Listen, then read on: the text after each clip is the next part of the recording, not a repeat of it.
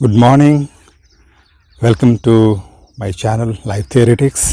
Morning में walking करते हुए हेल्थ और फिटनेस से जुड़ी हुई इश्यूज़ पर हम बात करते हैं।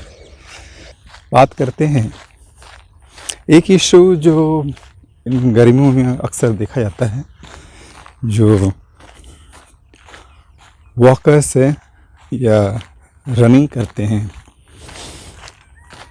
या फिर स्ट्रेनुअस एक्सरसाइज करते हैं, उनमें सिर दर्द का एक इशू कभी कभी होता है। काफ़ी कड़ी मशक्क़त के बाद, रनिंग के बाद या काफ़ी देर वॉकिंग तेज़ करने से हल्का सिर दर्द अक्सर देखा जाता है कुछ लोगों में। ज़रूरी नहीं है कि सब इसे महसूस करें। नॉर्मली 20 से 40 की एज के बीच में, इस एज ग्रुप के जो लोग हैं, उनमें रनिंग के बाद ये सिम्टम दिखता है, जो कुछ समय बाद अपने आप चला जाता है। इससे कोई परेशान घबराने की बात नहीं है, लेकिन ऐसा क्यों होता है इस पर ही बात करेंगे। काफ़ी ब्राइट सनलाइट है कल की बारिश के बाद, और मौसम थोड़ा सा गर्म है लेकिन हल्की सी ठंडक भी है, जिसकी वजह से वॉकिंग आज उतनी तकलीफ दे नहीं है, कंफर्टेबल है। इस सिम्टम को पहली बार जो आइडेंटिफाई किया गया था, ये 1969 में किया गया था। जो रिसर्च सामने आती है उसके मुताबिक स्ट्रेनुअस एक्सरसाइज या रनिंग करने के बाद, जैसा कि हम जानते हैं, बॉडी में हीट जनरेट होता है।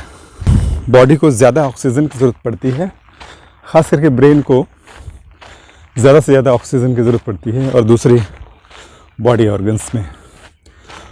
इस ऑक्सीजन ज़्यादा जाने के लिए ज़्यादा से ज़्यादा मात्रा में ब्लड सिर के जो वेसल्स हैं, जो ब्रेन की जो वेसल्स हैं, उनमें ज़्यादा से ज़्यादा ब्लड दौड़ता है, जाता है। और ज़्यादा ब्लड जाने का एक मतलब ये भी है, चूँकि ब्रेन का टेम्परेचर बाकी बॉडी टेम्परेचर से कुछ ज़्यादा होता है, तो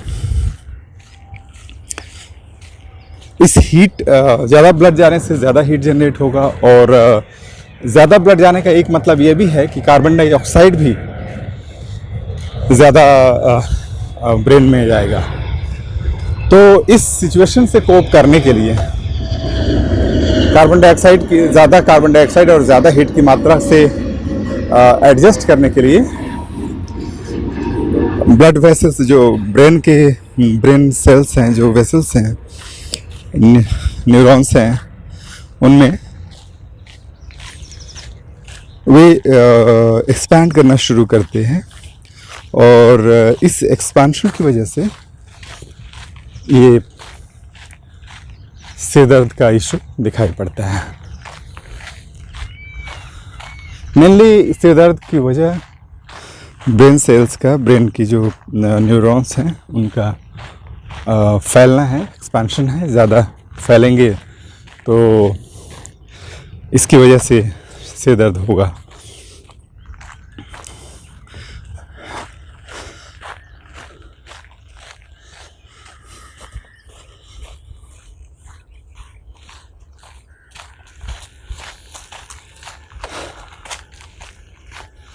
अब हम बात करेंगे कि इसका जो मैकेनिज़्म है वो किस तरह से है। इसका बहुत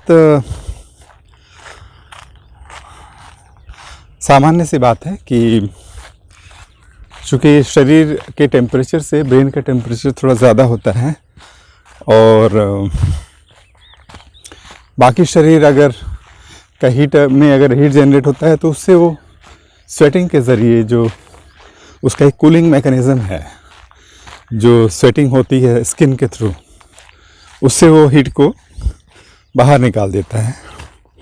लेकिन ये चीज़ ब्रेन के लिए पूरी तरह से लागू नहीं होती, और उसके पास कूलिंग का एक ही स्कोप होता है, जो मेजर स्कोप यही होता है कि वो ज़्यादा से ज़्यादा ब्लड उसमें जाए और इस तरह से कुछ टेम्परेचर डाउन हो।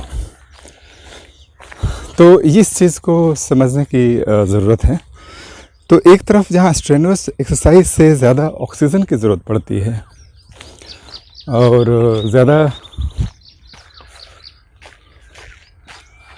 ज़्यादा ऑक्सीजन का मतलब साथ में ही कार्बन डाइऑक्साइड की मात्रा भी कुछ न कुछ ब्रेन में बढ़ेगी, और इस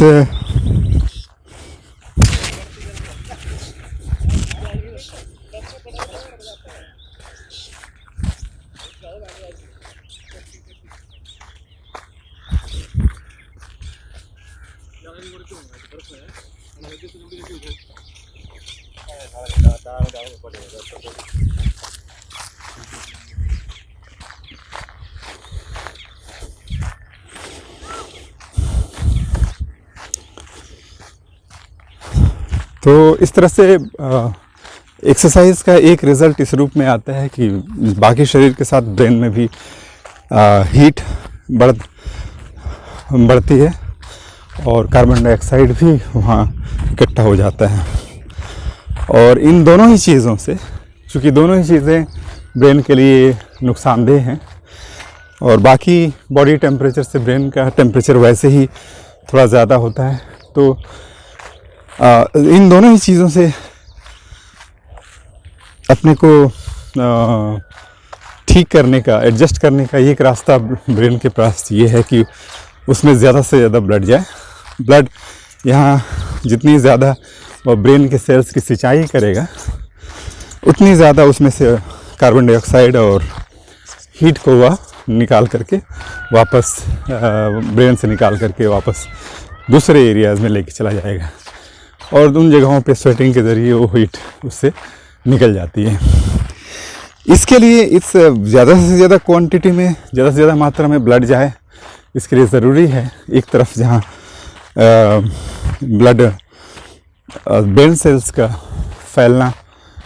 फैलाव करता है, उसमें फैल करके वह ज़्यादा मात्रा में ब्लड को अपने अंदर लेता है, जिससे हीट को वह हीट से पीछा छुड़ा पाए। ये ब्रेन सेल्स के इस फैलने से ब्रेन के ऊपर एक प्रेशर पड़ता है, ब्रेन वॉल्स के ऊपर प्रेशर पड़ता है, और इस प्रेशर का ही रिज़ल्ट है कि रनिंग के बाद या स्ट्रेनुअस वर्कआउट करने के बाद ये सिर दर्द होता है। लेकिन इसमें एक इम्पॉर्टेंट बात यह है कि यह आम तौर पे यह गर्मियों में ही ज़्यादा देखा जाएगा, क्योंकि गर्मियों में ऐसे ही टेम्परेचर जो ज़्यादा हाई रहने की वजह से, नॉर्मल जो एनवायरनमेंट का टेम्परेचर हाई रहने की वजह से बॉडी टेम्परेचर ज़्यादा रहता है। हालांकि ये भी सही है कि एनवायरनमेंट के टेम्परेचर से बॉडी ऑलवेज़ कम टेम्परेचर पर रहती है, लेकिन गर्मियों में यह जो बैलेंस है वो थोड़ा सा बिगड़ता है, और बॉडी भी ज़्यादा टेम्परेचर पर जाती है। तो इस तरह से एक तरफ ऐसे ही बॉडी में टेम्परेचर ज़्यादा है, ब्रेन का टेम्परेचर ऐसे ही थोड़ा ज़्यादा रहता है, और वैसे में जब हम एक्सरसाइज करते हैं, रनिंग खास करके जो एक्सट्रेनुअस एक्सरसाइज हैं, रनिंग या जिम एक्टिविटीज़, इनका रिज़ल्ट एकदम सीधे तौर पे ब्रेन सेल्स के फूलने के रूप में आता है, वो फैलने लगते हैं। बहुत नॉर्मल सी मैकेनिज़्म है इसकी, जिसके ज़रिए ब्रेन अपने को इन इस सिचुएशन में एडजस्ट करता है, और इसी का रिज़ल्ट है ब्रेन के फैलने का ही रिज़ल्ट होता है कि वह सिर दर्द शुरू होता है। और जैसे ही एक्टिविटी कम कर दी जाती है और रनिंग को रोक दी जाती है, कुछ समय बाद वह टेम्परेचर जब कूल डाउन हो जाता है तो उससे सिचुएशन नॉर्मलाइज हो जाती है और सिर दर्द चला जाता है। इसलिए एक तरफ जहाँ रनिंग के दौरान या एक्सट्रेनुअस एक्सरसाइज के दौरान पानी भी पीने के लिए बार बार जो ट्रेनर हैं वो इंस्ट्रक्शन देते हैं कि पानी जहाँ और दूसरी चीज़ें करता है वहीं यह भी करता है कि बॉडी के टेम्परेचर को मेंटेन करता है, उसको कूल डाउन करता है, कर कूल डाउन करने में शरीर की मदद करता है। तो ये भी एक इम्पॉर्टेंट चीज़ है। इसलिए रनिंग या एथलेटिक एक्सरसाइज के बाद, एथलेटिक एक्टिविटी के बाद अगर सिर दर्द होता है, गर्मियों में होगा नॉर्मली, तो उससे डरने या घबराने की कोई बात नहीं है। सिचुएशन को बेटर हैंडल करने के लिए जो स्ट्रेटजी हो सकती है उसे डिवाइस करना चाहिए। और मेनली यही इसका रीज़न है कि जिसकी वजह से गर्मियों में हमें एक्सरसाइज के बाद, रनिंग के बाद ये इस तरह के सिम्टम्स दिखाई पड़ते हैं। तो आज के लाइफ ऑन ट्रैक में हमने सोचा कि इसी चीज़ पर फोकस करते हैं। और एक छोटा सा सिम्टम है, लेकिन ये बहुत कॉमन है और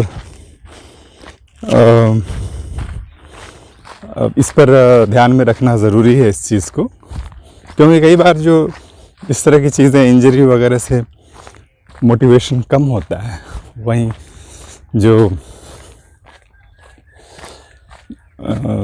इस तरह के सिम्टम्स दिखते हैं उससे भी जो नए लोग जो एक्सरसाइज करते हैं, रनिंग करते हैं, वे डर जाते हैं और उससे छोड़ देते हैं, मोटिवेशन उनका टूटता है।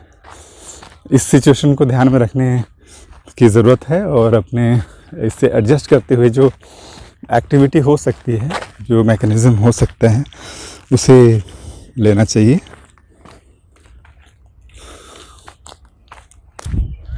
हेल्थ और फिटनेस पे रोज़ बातें जो मैं करूँगा, ये बहुत ही इम्पॉर्टेंट बातें हैं जो लेटेस्ट रिसर्च हेल्थ, फिटनेस और बॉडी मैकेनिज़्म को लेकर चल रही हैं, उनसे जुड़ी हुई उनकी रिपोर्ट्स को मैं शेयर करता हूँ इस दौरान, इस छोटे से वॉकिंग सेशन के बीच, जिसमें वॉक करते हुए, चलते चलते हम इन रिसर्च के बारे में, उनकी रिपोर्ट्स पर डिस्कशन करते हैं। ये डिस्कशन जो स्पोर्ट्स एक्टिविटीज़ में हैं या मॉर्निंग वॉक करते हैं, रेगुलर रखने में जिनको दिक्कत हो रही है, क्योंकि सबसे बड़ी प्रॉब्लम कंसिस्टेंसी की होती है। अगर हम वॉकिंग करते हैं, एक्सरसाइज करते हैं, कंसिस्टेंसी बनाए रखना बहुत बड़ा चैलेंज होता है और इसके लिए मोटिवेशन चाहिए। इस मोटिवेशन के बिना यह मुश्किल है इसे कंटिन्यू करना। और इस मॉर्निंग वॉक के बीच जो डिस्कशन करते हैं, उससे इस मोटिवेशन को बनाए रखने में मदद मिलती है।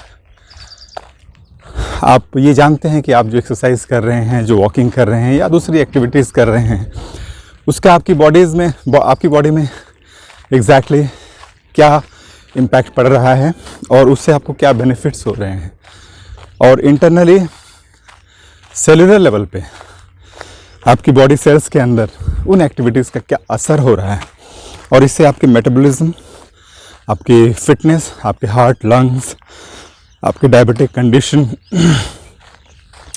या आपके अंदर एजिंग की जो प्रोसेस है, उसमें कितना बेनिफिट हो रहा है और कितना आप उसे कम कर पा रहे हैं उन सिचुएशंस को, उन सिम्टम्स को, ये आप समझ पाएंगे और इसी से मोटिवेशन बनता है। जो फिज़िकल ट्रेनिंग के दौरान इन चीज़ों पर भी जो ट्रेनर्स थोड़ा सा फोकस करते हैं उनका रिज़ल्ट ज़्यादा बेहतर होता है। इसलिए रोज़ सुबह के 7 से 7:30 के बीच में आप मुझसे जुड़ें। अकेले वॉकिंग करने में और या अकेले फिटनेस एक्टिविटीज़ में जाने से ज़्यादा बेटर होता है कि हम ग्रुप में अगर करते हैं और इसे इस टुगेदरनेस के साथ जब एक्टिविटीज़ होती है उसमें मोटिवेशन, उसे कंसिस्टेंसी बनाए रखने में बहुत आसानी होती है। उसके लिए अलग से कुछ नहीं करना पड़ता। जो साइकोलॉजिकल रिसर्च हो रही, ब्रेन हेल्थ से जुड़ी हुई जो रिसर्च है उनका फोकस अब इस बात पर आने लगा है कि हैप्पीनेस का जो लेवल है वो बढ़ता है अगर हम अपनी लाइफ की जो एक्टिविटीज़ है वो साथ साथ इकट्ठे टुगेदर एक गेट टुगेदर इन्वायरमेंट में करते हैं। और इसलिए वो फोकस करते हैं आजकल कि खाना आप बैठ के दूसरे लोगों के साथ खाएं और इस तरह की एक्टिविटीज़ है। ठीक उसी तरह से जो फिटनेस एक्टिविटी है वो भी अगर साथ साथ करते हैं तो इसमें दोनों ही चीज़ें होती है। एक मोटिवेशन है, दूसरा कंसिस्टेंसी बनी रहती है और तीसरी जो बात है कि उसमें आपकी हैप्पीनेस लेवल बढ़ जाता है। आप जब किसी के साथ वॉक करते हैं उसकी क्वालिटी में डिफरेंस आएगा अकेले वॉक करने से। और इस चैनल को सब्सक्राइब करें प्लीज़। और जो डिस्कशंस ये मैं करता हूँ जनरली ये ब्रेन हेल्थ से जुड़े, फिटनेस से जुड़े और बॉडी इन जनरल जो एक्सरसाइज और हेल्थ से जुड़ी हुई जो बहुत सीरियस रिसर्च जो चल रहे हैं पूरे ऑल ओवर द वर्ल्ड, उन रिसर्च के बारे में बेसिकली मैं डिस्कस करता हूँ। उनसे उनके जो प्रैक्टिकल आउटकम हैं उनके बारे में भी डिस्कशन करते हैं। तो इससे आपको अपने आप को, अपनी बॉडी को जानने में आपको बहुत मदद मिलेगी। इन जनरल आपको अपने फिटनेस और हेल्थ को बनाए रखने में यह प्रोग्राम हेल्पफुल होगा।